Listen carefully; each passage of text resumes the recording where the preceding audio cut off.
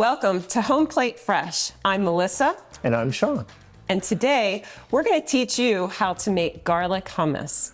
Now I know you've heard a lot about hummus in recent years, and the reason why is because hummus is one of those healthy alternatives to snack foods. You can dip it in things, you can use it as condiments, but if we get this recipe down, which we will today, you're gonna love it. So once people get the basics down, this is kind of like learning how to walk before you can ride, and then afterwards people can have the confidence to kind of improvise as they will, right? Right, and I know that time is of the essence for all of us. We have very busy lives these days. So what I brought today, these are the canned chickpeas. Now you can use canned chickpeas, there's nothing wrong with them. Or you can, if you can grab the dried chickpeas that are in there, these are the dried chickpeas, and you can get these at your local grocery store, supermarkets, and if you can't find them there, I suggest that you go into like a Mediterranean store. You might want to Google what's around your area to see who carries. They're either called chickpeas or garbanzo beans, but this is the dried version, and this right here is the cooked version. Now, from going from dried to cook, all you need to do is soak them overnight. Use a nice size stock pan, fill the bottom, soak them overnight, bring the water up to about 1 inch from the top, leave them go, and then we're gonna cook them at a slow boil for about an hour, maybe an hour and a half. A good way to tell that a chickpea is done cooking is what I call the pinch test. You pick one up and you just lightly pinch it and it breaks up in your fingers, just like that. Now the difference, excuse me, I'm gonna rinse off my hands real quick. Will people notice a significant difference if they used canned or if they used dry? That is a great question. The difference between them is texture. I'm a texture person. Some people love the canned chickpeas because it has a little bit more grit. It's got more texture to it. I personally like the chickpeas with the hummus with just a little bit more creaminess to it. If you make your hummus right, you're gonna want to have that mashed potato or sour cream-like consistency. So, let's get started. I'm going to put in 2 cups of cooked chickpeas into my processor. Before you begin, you make sure that you have the right equipment. This processor is gonna become your best friend when making hummus. So I'm gonna go ahead and I'm just gonna put them in there, just like that. And I noticed you were smelling these earlier. What did you think? You know, I never stopped and smelled them, and I was like, you know, that's an interesting flavor. It is. It's something I'm not used to. And they're not much to look at when they're cooked. Like they're really pretty when they're in the can. I noticed that. Gorgeous. You'll find these on salads in restaurants. You can get them off of salad bars. I can see why. Yeah, they have a nice shape to them. This is more cooked, and as you can tell, it's going to get real nice and creamy when we cook them. Now we're going to start off. This is 3/4 of a tablespoon of salt. Here is 3 tablespoons of granulated garlic. If you want to use a fresh product, you can use 5 cloves of garlic, fresh garlic. The taste, I think. So you would recommend probably to use the... If you have fresh garlic, I would definitely recommend the fresh garlic. The reason why I chose the granulated garlic today is because most people have that. It's something you can just grab right out of your spice rack. So if you have it, if you've got the fresh garlic, I definitely would suggest that. The granulated garlic is gonna work just as well.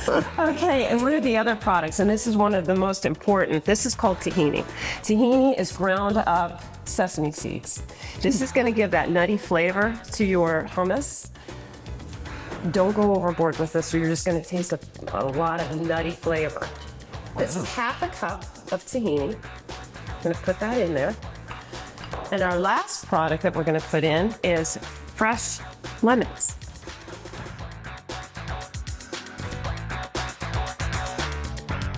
Good job, good job. I got all your seeds out. You don't want the seeds in there from the lemon juice. There we go. Now the last thing that you have to make sure, and this is probably the most important step, the consistency.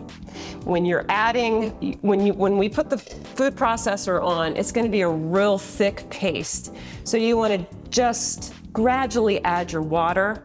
Don't go overboard on it because then it's going to be really runny. You're not going to be able to do anything with it. You're going to have to actually add more chickpeas to it to get it thickened up. So add a little at a time. And you basically, you stir Check your it up. consistency as you go along? You're going to stir it up as you go along, and you're going to figure out what you like, what it's going to go good with the sandwich, and I'm going to help you through it anyway. So we're going to add a little bit of water. That's probably about a half a cup at first. Now, do you see how it's a little bit gritty on the top? Yeah. I mean, it's nice, and this food processor did a really nice job with grinding all of the ingredients together, but I think we could probably get it a little bit more smoother. So we're gonna add just a little bit more water to it. Okay. Give me some water. Sure. Just a little bit. Thank you. I'm just gonna pour a little bit in there, about 2 tablespoons worth. Usually when it gets to this step, I really cut back on how much water I'm going to use. That's beautiful. You see that? That is gorgeous. That looks good already. Yes, it does. One more final swoop around here. This is everything I would want my hummus to look like. It's nice, it's consistent, it's smooth. This is the texture that you want. It doesn't really pour off of the spoon, but it's gonna drop like a dollop.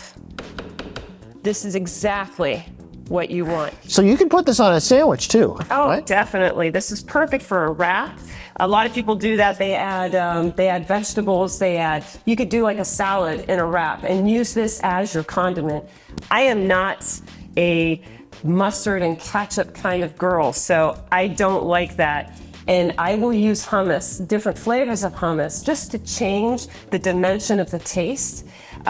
Cold cuts, grilled foods, it's wonderful. It really is. Seems like it'd be a natural for like a grilled vegetable sandwich, especially if you're vegetarian, because if you've done that and you've used mustard, I mean, it's just not a natural fit. I don't know. No, this completely just really awakens the food choice, and it makes your food taste a little bit better because you've got some really good blends of spices in this hummus. So we're gonna try it out on you today. A little kick. Okay, great. All right, here we go.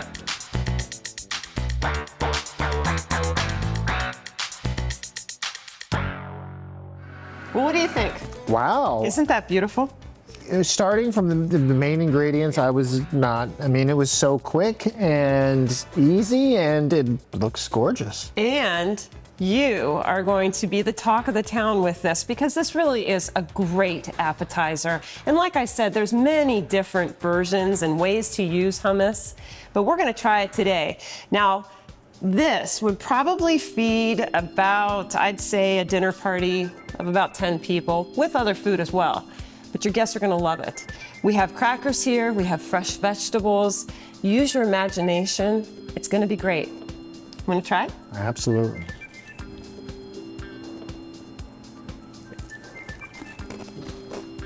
Oh, it's wonderful. There's enough garlic in there. You're gonna taste the zest of the lemon.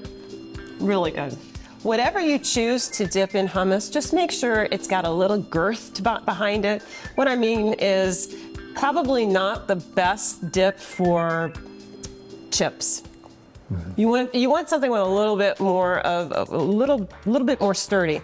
So, and this is also really good with flatbread if you want to try it with flatbread as well. Once again, we're thinking about that healthy alternative, and your guests are going to love it. That's really good, isn't it? Mm-hmm. I'm glad you enjoy that. Well, listen, when you make hummus, you can make a double batch. Just make sure that you have a freezer-safe container. Fill it all the way to the top. Put your date on it that you made it. Put it in the freezer. It's good for 3 months. When you're ready to pull that hummus out again, just put it on your counter and let it defrost. Stir it up. You've got hummus all over again. Good stuff. If you like this recipe, click subscribe. And be sure to click like. If you make this recipe, take a picture of it and be sure to post it on our Instagram page. We would love to hear from you. Sean, it's been great. And it's been delicious. Cheers.